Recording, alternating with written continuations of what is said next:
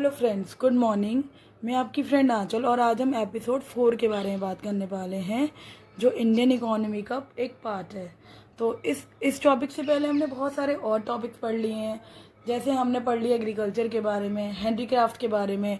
तो अब हम पढ़ने वाले हैं किस चीज़ के बारे में? हम पढ़ने वाले हैं फॉरेन ट्रेड के बारे में, जो ब्रिटिश के रूल में रहा था, यानी उसकी क्या पोजीशन रही थी, क्या उसका स्टेटस था at the time of independence, at the eve of independence, और we can say at the time of independence. तो इसके अंदर 3 मेजर पॉइंट्स आते हैं। उन मेजर पॉइंट्स को हमें एक्सप्लेन करना है, समझना है और उनको याद रखना है। रटने की ज़रूरत नहीं है कि आप उसे क्रैम करने लग जाओ, क्रैमिंग नहीं करनी है। सिर्फ समझ लोगे और बस दिमाग में रखोगे तो आप खुद लिख पाओगे। इतने टफ पॉइंट ये है नहीं कि आप इन्हें याद करो। तो सबसे पहला पॉइंट है इसके अंदर, net exporter of primary goods. हमारे पूरा पॉइंट जो है इसको हम तोड़ के समझेंगे, यानी कि आधा पार्ट अलग और आधा इसका अलग। सबसे पहला है net exporters of primary good. तो उसके अंदर अगर हम बात करते हैं तो हमारी जो इंडिया थी, ये किस चीज़ की नेट एक्सपोर्टर थी?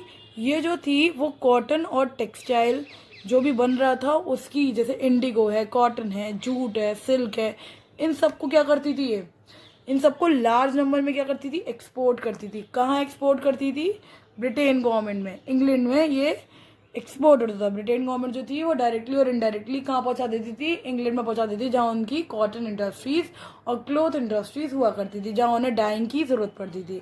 उस टाइम पे क्लोथ इंडस्ट्री जो थी वो बहुत ज़्यादा, ये कहते हैं, आप कह लो, ज़्यादा चल रही थी उस समय। बहुत कम लोग फिनिश गुड्स बना रहे थे, तो उसी के रिगार्डिंग हम बात करने वाले हैं। ठीक है। सेकेंड बात आती है इम्पोर्टर ऑफ फिनिश गुड्स। और फिनिश गुड्स का सबसे ज़्यादा इम्पोर्ट कहाँ होता था? इंडिया में होता था। अब ऐसा क्यों हुआ? हमारे यहाँ से जो रॉ मटेरियल गए, रॉ मटेरियल क्या था? इंडिगो थी, सिल्क थी, जूट थी। और जो लौट के आया है ना, जो लौट के आया वो फिनिश गुड लौट के आया, जो कि क्या थे? क्लोथ थे। क्लोथ थे कॉटन के, सिल्क के, जूट के, इन सब के क्लोथ जो थे वो हमारे लौट के आए। तो ब्रिटेन गवर्नमेंट क्या करी थी? हमारा ही रॉ मटेरियल लेकर हमसे ही, क्या कहते हैं, वो हमारे ही सरप्लस को खुद ले रही थी। वो क्या कर रही थी? रॉ मटेरियल ले रही थी और फिनिश गुड्स भी हमारे यहाँ ही बेच रही थी। और रॉ मटेरियल के उतना पैसा भी नहीं दिया जा रहा था जितने की उसकी कॉस्ट थी। ठीक है। तो इसीलिए हमारी जो कंट्री थी उसका सबसे ज़्यादा, अगर आप स्टेटस देखोगे तो सबसे पहले वो यही बताएगा कि ये क्या था? नेट एक्सपोर्टर था। किसका? प्राइमरी गुड का। सबसे ज़्यादा एक्सपोर्ट जो होते थे प्राइमरी गुड, यानी रॉ मटेरियल जो सबसे ज़्यादा एक्सपोर्ट होता था वो इंडिया से होता था।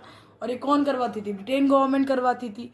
लेकिन और दूसरी बात ये है कि import of finish goods, finish goods का जो था वो इम्पोर्ट होता था, बहुत ज़्यादा इम्पोर्ट होता था। और हमारे यहाँ के लोग भी उनको खरीद रहे थे, क्योंकि वो वेस्टर्न कल्चर के जो गुड्स थे, यानी जो क्लोथ थे, वो बहुत ज़्यादा ट्रेंडिंग हो गई इस टाइम पे। क्योंकि आप जानते हो कि हमारे यहाँ अट्रैक्टिव चीज़ों को ही, हर कोई इंसान अट्रैक्टिव चीज़ें ही पसंद करता है। तो जो हैंड वूवन क्लोथ्स थे वो इतने अट्रैक्टिव नहीं थे, जो मशीनरी क्लोथ्स थे वो ज़्यादा अट्रैक्टिव थे।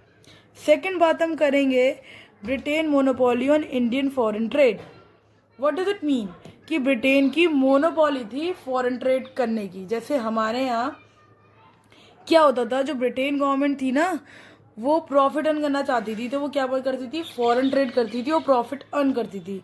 और वो किसी और को कोई चांस नहीं देती थी कि वो प्रॉफिट अर्न कर ले। जैसे हमारे क्या होता था कि जो रॉ मटेरियल है हम वो किसी और को नहीं दे सकते, वो ब्रिटेन गवर्नमेंट ही रख लेती थी। क्योंकि वो ये कहती थी कि एग्रीकल्चर का पैसा इंडिगो को किसने दिया? हमने दिया है, ब्रिटेन गवर्नमेंट ने दिया है, तो उसका सामान भी कौन रखेगा? हम ही रखेंगे। तो यही हुआ कि उन्होंने क्या करा, सारे सामान को खुद ही रख लिया और एक मोनोपोली क्रिएट कर ली। मोनोपोली क्रिएट करने से होता क्या है कि जो प्राइस है उसमें आप कितना भी चेंज लेके आ सकते हो, कि आप अकेले होते हो उस प्रोडक्ट को बनाने वाले। तो इसीलिए प्राइस का फुल ओवर कंट्रोल आपके ऊपर, मतलब फर्म ने प्राइस का फुल ओवर कंट्रोल कर लिया। नेक्स्ट आती है बात surplus of foreign trade but the benefit of British.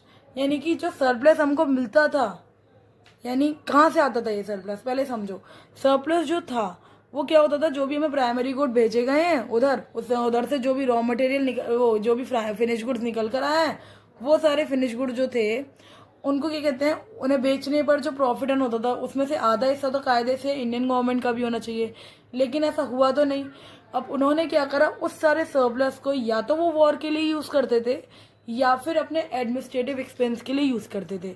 वो इंडिया को बिल्कुल भी वो यूज़ नहीं करने देते थे और सारा सरप्लस अपने फ़ायदे के लिए, अपने बेनिफिट के लिए वो ले जाते थे।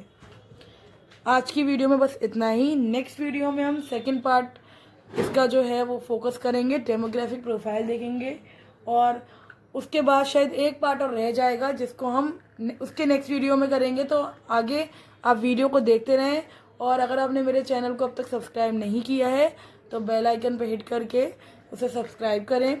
अगर वीडियो अच्छी लगे तो उसे लाइक करें,